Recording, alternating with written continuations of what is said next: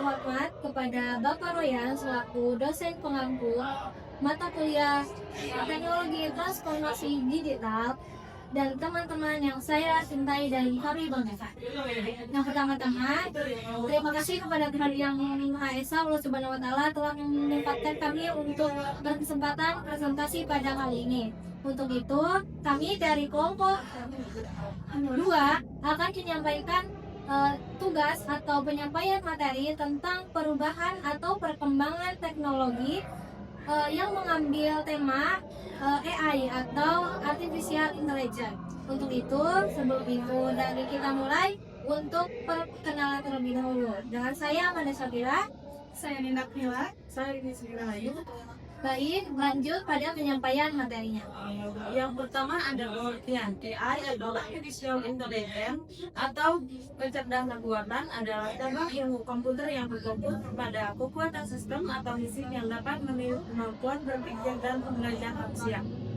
Dengan kata lain, AI merupakan teknologi yang memungkinkan komputer lebih berpikir, belajar, dan mengambil keputusan secara mandiri seperti manusia. Seiring waktu, perkembangan teknologi AI menunjukkan kemajuan yang besar, di mana efisien dan mampu membantu manusia dalam berbagai bidang kehidupan seperti pendidikan, kesehatan, industri, dan komunikasi. Ada perkembangan teknologi AI dari masa ke masa. Pertama, ada awal konsep AI dari 1940 sampai 1950-an. Fokus awalnya menilai proses berpikir manusia secara logis. Kedua, ada eksperimen awal dan optimisme 1950 sampai 1970-an. Pengembangan program disederhanakan.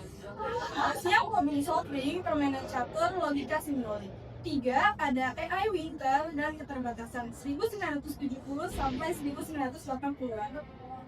4. Ada kebangkitan kembali 1990-an sampai 2002. Faktor penyulinya itu komputer lebih cepat, algoritma membuat data lebih banyak.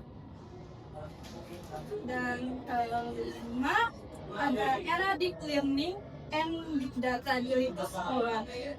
AI mulai digunakan dalam kendaraan ekonomi, medis, rekomendasi, konten.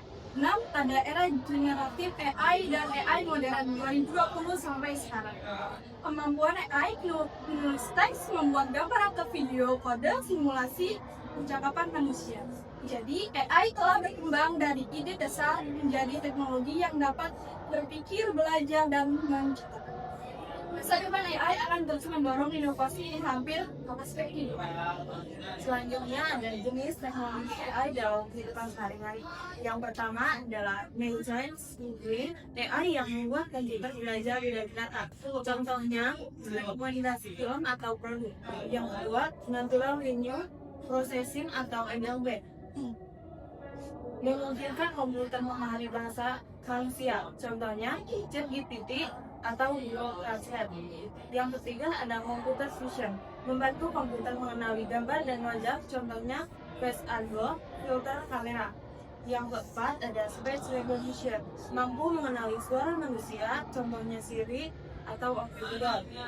Yang kelima ada robot pintar yang bekerja di otomatis atau contoh bersih model buatan sempit. Yang keenam ada expert sistem yang meniru kemampuan ahli atau contoh diagnosa penyakit. Recommender system memberikan rekomendasi sesuai kebiasaan penggunaan atau contoh YouTube atau Xiaomi. Ada dampak positif utama dari teknologi AI. Pertama, ada peningkatan efisiensi dan produktivitas.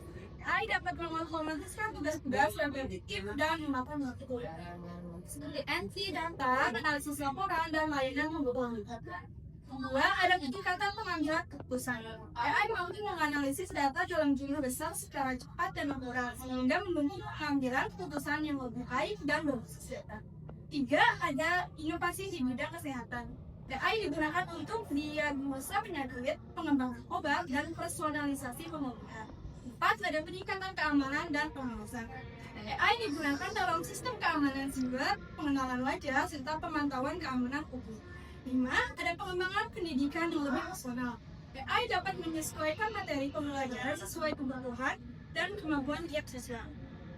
6. Kontribusi terhadap penelitian dan sains. AI membantu dalam pemrosesan data ilmiah yang kompleks dan simulasi eksperimen. 7. Kemudahan akses teknologi bagi difabel. AI mendukung pengembangan teknologi bantu seperti text-to-speech, voice recognition, dan perangkat navigasi untuk tunanetra. Yang terakhir, 8. Transportasi cerdas. AI digunakan dalam kendaraan otonom, sistem navigasi pintar, dan manajemen lalu lintas. Baik, setelah kita mengetahui apa dampak positif dari AI, tentu AI mempunyai dampak juga mempunyai dampak negatif. Nah, berikut adalah dampak negatif teknologi AI atau artificial intelligence. Yang pertama adalah masalah pada privasi dan keamanan data. AI adalah buatan manusia, jadi AI tidak bisa memproses bagaimana yang benar dan bagaimana dia yang tahu yang tidak benar. Jadi AI tidak dapat membedakan yang mana yang benar dan mana yang salah karena sejatinya AI adalah ciptaan manusia itu sendiri.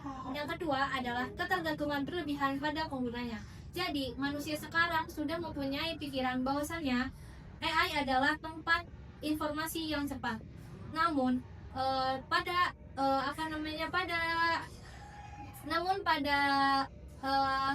nyatanya AI adalah ciptaan manusia itu sendiri. Jadi banyak sekali mahasiswa, entah mahasiswa, siswa, bahkan menjadikan AI adalah titik pusat informasi. Padahal banyak sekali pusat-pusat informasi lainnya, entah itu dari pendidikan ataupun politik yang lainnya, kecuali di AI. Yang ketiga adalah menjadi alat manipulasi dan kejahatan. AI sendiri adalah bagaimana kita memperlakukannya atau memakainya. Jadi di sini menjadi alat manipulasi dan kejahatan. Banyak sekali AI sekarang yang menjadi bot, yang menjadi alat penipuan untuk oknum-oknum yang menjadikan AI tersebut lahan-lahan yang menguntungkan dan menguntungkan bagi mereka namun merugikan untuk orang lain. Selanjutnya adalah ancaman serius bagi lapangan kerja. Yang telah tadi disebutkan bahwasannya AI adalah menjadi ancaman utama bagi manusia pada zaman sekarang karena banyak sekali pekerjaan-pekerjaan yang digantikan oleh AI. Setelah itu, dari dampak negatif yang tadi saya telah sebutkan, ada solusi yang akan kita bisa ambil dari dampak negatif tersebut. Yang pertama, memahami kemampuan dan batasan AI. AI sendiri mempunyai batasan tersendiri. Jadi, tidak semua yang kita minta pada AI itu bisa disempurnakan, bisa diciptakan dengan sempurna. Selanjutnya, belajar bekerja dengan bantuan AI.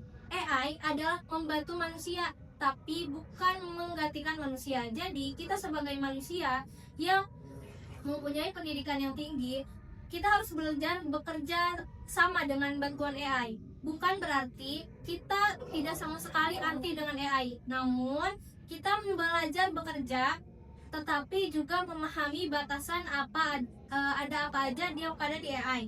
Terus yang ketiga, mengembangkan keterampilan yang tinggi.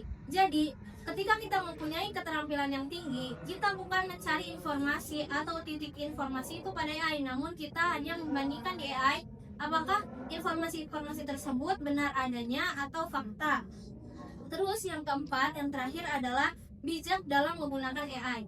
Nah, dari ketiga solusi tersebut, yang paling utama adalah kita bijak dalam menggunakan AI karena sebaik-baiknya kita menggunakan AI adalah ketika kita bijak menggunakannya, entah itu memakai, entah itu mengambil informasi, mengambil keputusan, segala macam. Yang penting kita adalah bijak menggunakan AI itu sendiri. Selanjutnya yaitu